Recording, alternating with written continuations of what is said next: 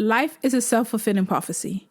And if you do not believe you are worthy of getting help or getting help or having people treat you a certain way, people are not going to treat you that way. If you don't believe you're good enough for people to care about you in a certain way, then they're not going to do that. And a good demonstration of how people are going to do that for you is if you're willing to do that for yourself. Hello, my wonderful gems. How are you? I hope you're doing amazing. If you're a returning gem, welcome back. If you're new here, hello, how are you? Make sure you sis out the vibe. And if you like what you're listening to, then please feel free to like and subscribe to the channel. Okay, so as usual, we'll just jump into the story. I need my glasses. Where are my glasses? Oh, there you are. Okay. Okay, so the title of the story is How Do I Overcome Daddy and Mommy Issues, Emotional Neglect, and Abandonment Issues Without Going to Therapy? Just go to therapy. Okay, let's just jump in. I'm a 20-year-old woman and my mother's 45. My grandparents are both 67 and they have forbidden me to go to therapy. I'm currently suffering from mommy and daddy issues.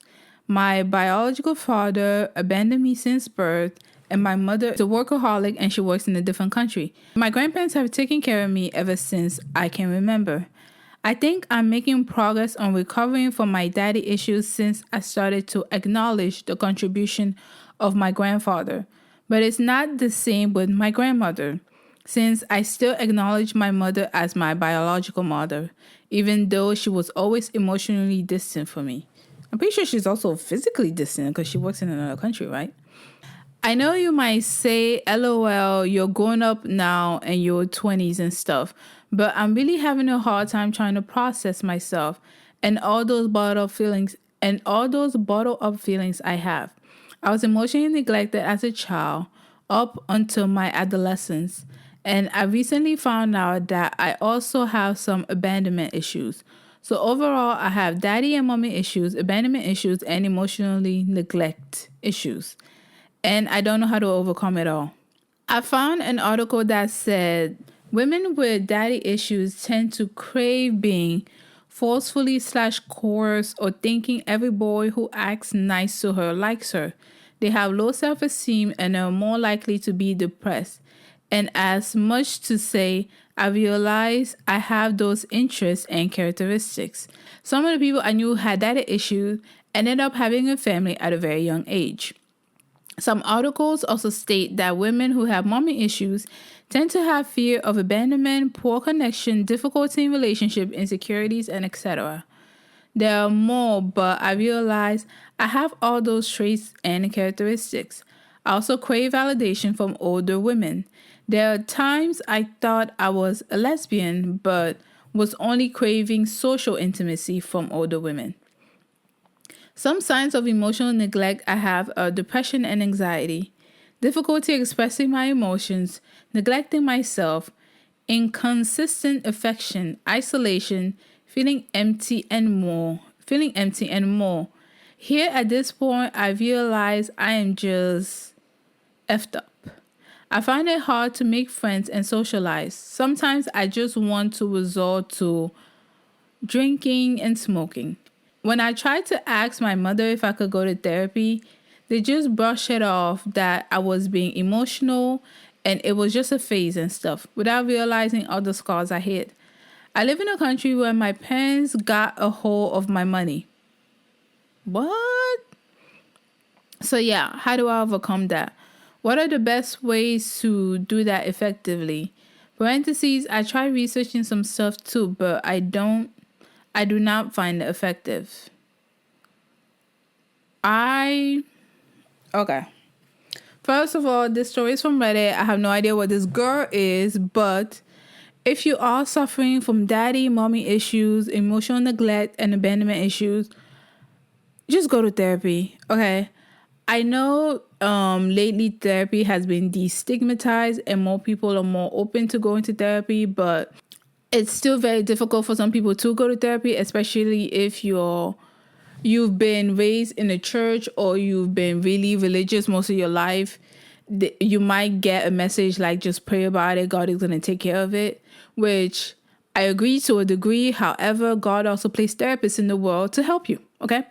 So take advantage of that and go to therapy. I will always recommend therapy. So if you're dealing with all these issues that you cannot wrap your mind around, it is best to go to a professional who has the experience, the degree, and basically knowing how to deal with this. It's like going to the doctor. Let's say you're sick, okay? You have like stomach ulcers, something random, and you're in pain your whole life. You're not just going to sit there and pray to God or ask your parents for permission to go to the hospital. No, you're going to go to the hospital. You're going to go to the doctor or specialist or whatever, a surgeon. Hopefully you won't need surgery, but you know what I mean. You're going to go to someone who has experience dealing with your illness so that you can become better. Going to therapy, it is a form of self-care, but most importantly, it is a form of self-love. If for some reason you do not want to go to therapy because, let's say, of cultural background, like I know some people have been raised in cultures where the people in the culture just say, we don't do that, right? We do not go to therapy, or we do not partake in that. We do not partake in that. And you strongly associate with your cultural background and you love your culture. I can understand how it can be devastating for you to make this decision. But at the end of the day, do you want to be on this earth for a long time? Do you want to live a more fulfilling life? Is that something you ever want to do? Because if it is, you should go to therapy. Just like if you were physically ill, you would go to the doctor. Or if your loved one were physically ill, you would be rushing them to the hospital to make sure they're better.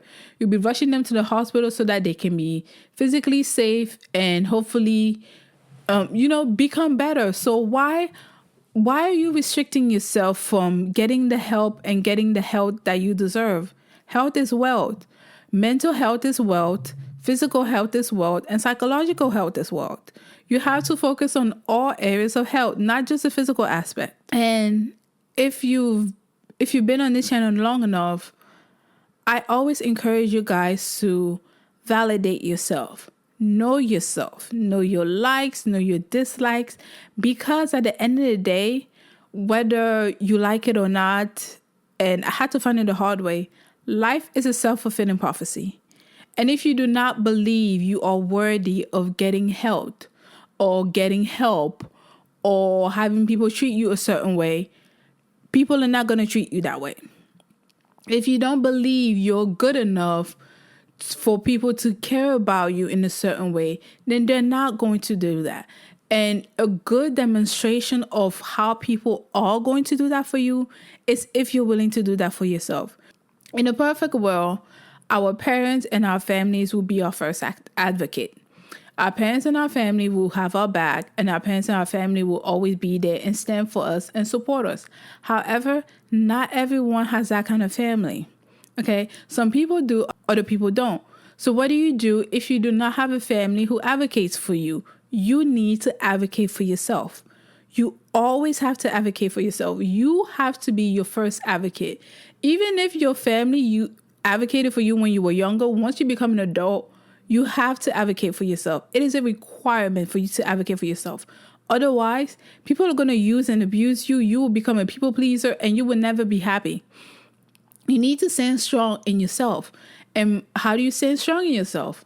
By knowing yourself. And once you discover more about yourself, you discover stuff you like about yourself. You discover that you are worthy of health. You are worthy of becoming wealthy, however you want to define wealth for yourself, okay? You are worthy of people treating you with respect. You're worthy of all those stuff. And once you realize you are worthy of that, you give it to yourself first. You give it to yourself first. Because once you realize you're worthy of that and you start giving it to yourself, you're going to act differently. When you find yourself in situations that it's not in alignment with health for yourself or advocacy for yourself, you will remove yourself from that situation or make your boundaries known. And if no one wants to listen to your boundaries, you act accordingly. And once they see you act like that, they're going to shift their gear. Some people are not going to like you, but, they need to go. That just means they're not your people. But absolutely, we are our first advocates. For some of us, we want our parents and we want other people to advocate for us, which is great. It's nice to know that you are not alone in the world. However, even if no one else is advocating for you, you always have to advocate for yourself in every single situation, not just when it relates to physical health, mental health, psychological health, but like even if it's a job offer or you moving across state lines or a relationship, you have to advocate for yourself. Always, always, always, always. So this young lady doesn't seem like she lives in the U.S. I think she said that her money gets transferred to her parents. I don't know what that is about, okay? But if for some reason you are in a situation, you know what? This channel is international. It's not just for people who live in the West. So if you find that your money gets transferred in such a way because of the laws in your country, I believe she's 20. And in some countries, adult age is actually 21 and not 18. So I don't know if that's what's happening here. But if you do see that your money is being transferred somewhere and in your country you can't help that, try to talk. Try to talk to your manager or your employer and try to explain to them your house situation. They might be understanding. Closed mouths don't get fed. And sometimes when we are so used to not advocating for ourselves, we can't even think of these stuff of just, can I ask my boss to, instead of sending my paycheck to my house, can they just send it to me? Or if it's going to be suspicious and you live in an abusive household, maybe they will like split your paychecks 75-25 or 50-50 and send 25% of your paycheck home and then give you the other 75 so that the people you're around with don't get suspicious. You need to do that. But all of that stems from self-advocacy. Once you advocate for yourself, you find out you're worthy. You come up with these ideas and these thoughts. I don't know what she's going through. I don't know how the legal system functions in that country, but the fact that her parents are getting her money and she's not even able to put money on the side to be able to get the therapy she needs is extremely detrimental. And if you're in a position like that and you think you're worthy, that's how you're going to come up with these ideas. That's that you're going to, talk to a friend. Maybe instead of them directing the paycheck to your house, they'll redirect the paycheck to your friend's house. Like, there are ways around this. Listen, you guys, I know I've come here and I've told you this time and time again that there's not just one path to success. There really isn't. Life is so nuanced. And sometimes we can get in our head that because things are not, and things have to go this way. And because this is the way it's not working, then that means I'm effed up or I'm screwed. No, you're not. You have a lot of options. But the first thing you need to get in your mind is you are worthy of this. You are worthy of being loved. You're worthy of being respected. You're worthy of being treated the way you want to be treated. Okay? You are worthy of all these things. Does that mean you're always going to get it? Absolutely not. People are just raised differently. But you need to understand that you are worthy. And then once you realize that, you start advocating for yourself. It is going to be difficult if you've never done that in your life. I can guarantee you. It is going to be difficult, but it is going to be the most rewarding thing you will ever have to go through. You need to advocate for yourself. It is crucial for you to advocate for yourself. Just take the small steps. And once you start advocating for yourself, you're going to come up with these plans on how to do it, regardless of what country you live in. Okay, or regardless of how the legal system is happening, you're going to come up with these steps. You're going to come up with maybe talking to your boss. Or if your boss doesn't like you, are they the ones who are directly mailing out the stuff? Can you talk to the mail person for them to intercede it? There are ways around this. Nothing is ever concrete, set in stone, black and white. Life is full of grays. And that's the beauty about life. The good thing about life is that it is full of grays, but that can also be, what makes life a little bit more complicated. But there's nothing set in stone. You can move around this. But for you to be able to move around this, You have to believe you are worthy of getting better. You have to believe you are worthy of health. You can't just go ask your mom, hey, mom, can I go to therapy? And she laughs at your face and then you say, oh, well. No, you have to believe all these stuff because success is a self-fulfilling prophecy. And if you do not believe it, unfortunately, you're not going to be successful. And there is nothing anybody can do to make you successful. It always starts with you. It always starts with your mind. And most importantly, it starts with your action and how you advocate for yourself. And self-advocacy is a form of self-love and self-care. So anyone who puts you down or belittles you because you're self-advocating, they're not the right ones for you. All right? So that is it for this episode. Please let me know what you thought in the comment section below. And as usual, usually we get our stories on our website, which is kitchentableadvice.com. That is where we get most of our stories as well as business inquiries. Our website also has a plethora of other stuff. We have blogs where I just talk about anything and everything. We have poems that just take a dark turn, as well as weird contemporary art made by me. So if you want to know what I'm up to, then please feel free to go to the website. Again, it's called kitchentableadvice.com. Thank you so much for spending your day with me, and I see you next week. Bye.